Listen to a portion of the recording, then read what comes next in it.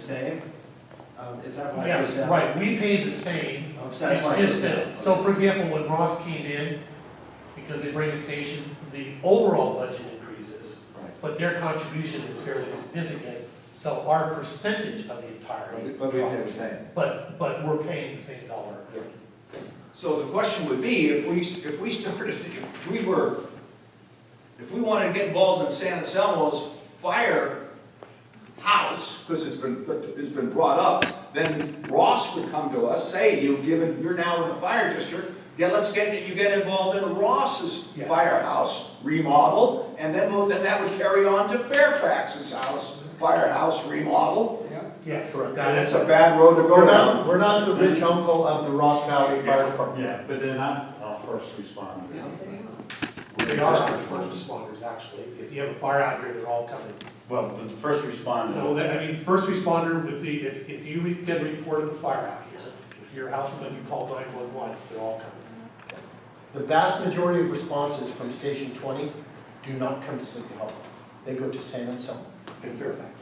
In Yeah, Fairfax. we get a very small percentage. Very vast majority. So we're not half, we're not 25%, it's less than.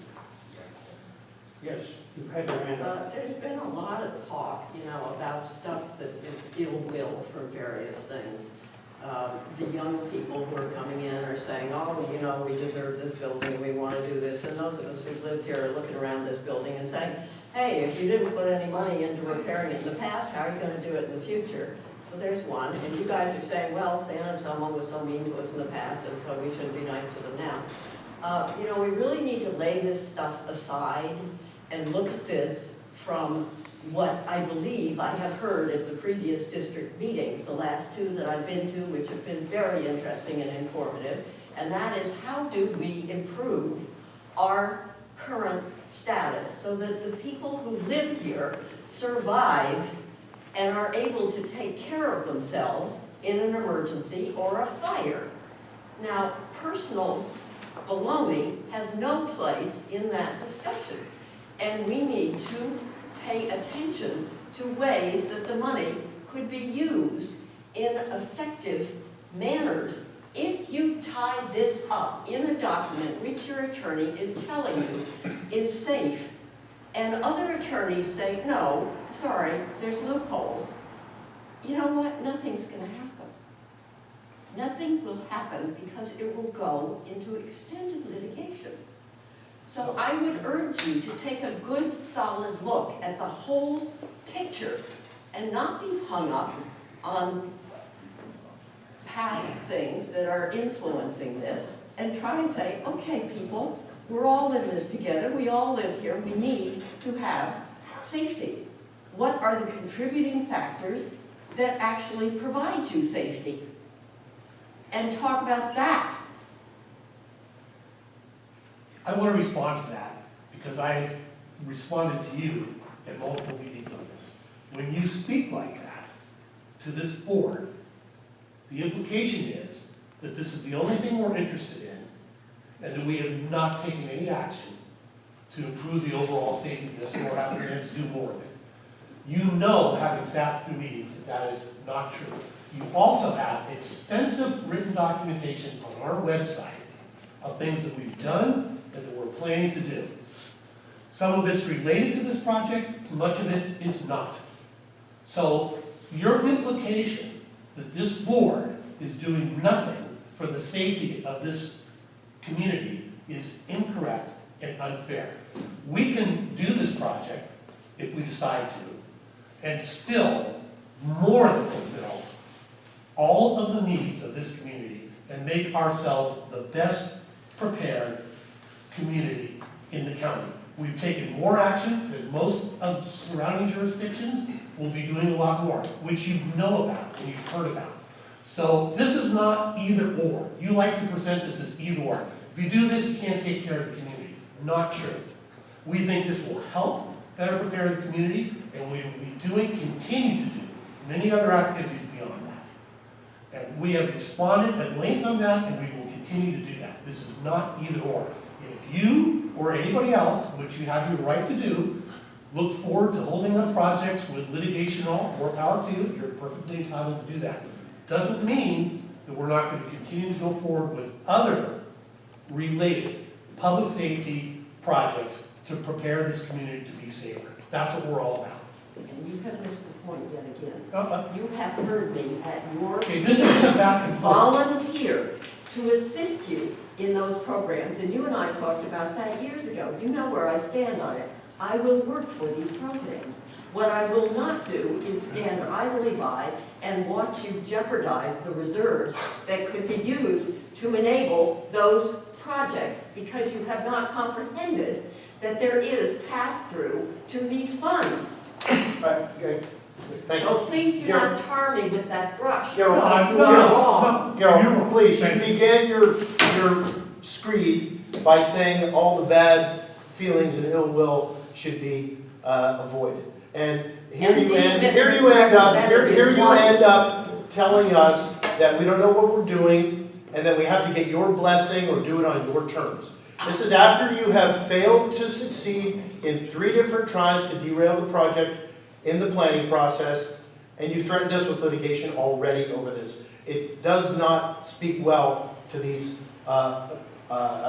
assertions of cooperation that you're making now. Please, if you want to try to help, then you're welcome to do so.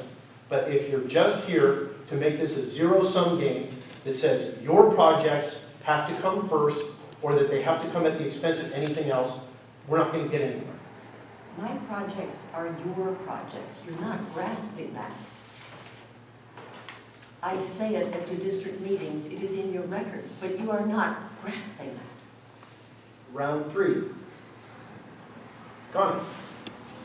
Thank you. Connie Burko. Not to drag this out, it's approaching noontime, but going back to the draft letter of intent on page 2, build out of emergency space. And it talks about any modification, it says, any modifications to the plans other than the emergency space require your board's approval and review. I have always said from the get-go that the architect's design for the interior of the new clubhouse is terrible. It's a mishmash, it's a warren of little rooms there. It will destroy needed meeting space in large areas for parties, weddings, even elections, which I have had the pleasure of working on in Sleepy Hollow for over 30 years. It is my hope that when you talk with the Homes Association, that they will recognize that this grandiose one-size-fits-all idea of the architect to have a useless library, useless coffee bars, useless exercise rooms, all of which are duplicated, that you can persuade them to change the design of the interior space in this clubhouse as is allowed for in this draft. Thank you. Thank you, Connie. I know I agree with you entirely here, and I think my board agrees. What the architect came up with a Taj Mahal, and it was used for the fundraising successfully. But we don't have to build that. It was a off the top of his crappy design. We'll do something better. The Homes Association and the Fire Protection District can do a hell of a lot better when the time comes to come up with plans to be built from. And that's for the rest of the folks too. I just have a question about, I'm Megan Shatara, live at 109 Newcastle. I just have a question about timelines. So you're entering now into negotiations about this letter of intent. And how long do you, I don't know if you have any idea to say, but what is your idea of the negotiation period before? It's very difficult to predict until we get some initial feedback from the Homes Association. My understanding is that they're considering appointing a subcommittee or designating certain representatives to carry the negotiations for them. So if that happens quickly, then we can get going and see how far apart the parties may be, and that will maybe give us some idea of how long it will take to close the gaps between us. But it's difficult to say. I know that